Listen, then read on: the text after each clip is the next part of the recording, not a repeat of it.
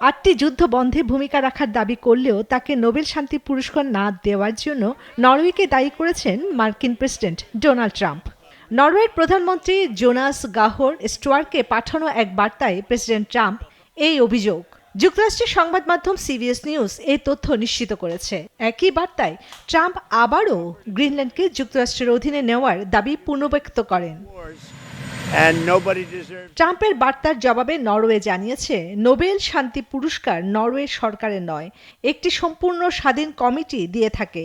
পুরস্কার প্রদানের সিদ্ধান্তে সরকারের কোনো হস্তক্ষেপ নেই বলেও স্পষ্ট করেন তিনি। ওদের স্বপ্ন পূরণে পাশে থাকতে পেরে আমরা গর্বিত।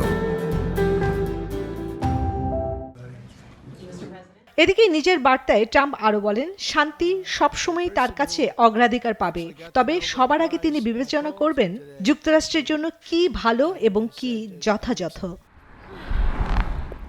গ্রিনল্যান্ড ইস্যুতে ট্রাম্পের অবস্থান ঘিরে উত্তেজনা ক্রমেই বাড়ছে। দ্বীপটির বিরোধিতা করা ইউরোপের 8টি দেশের উপর শুল্ক আরোপের ঘোষণাও দিয়েছেন তিনি।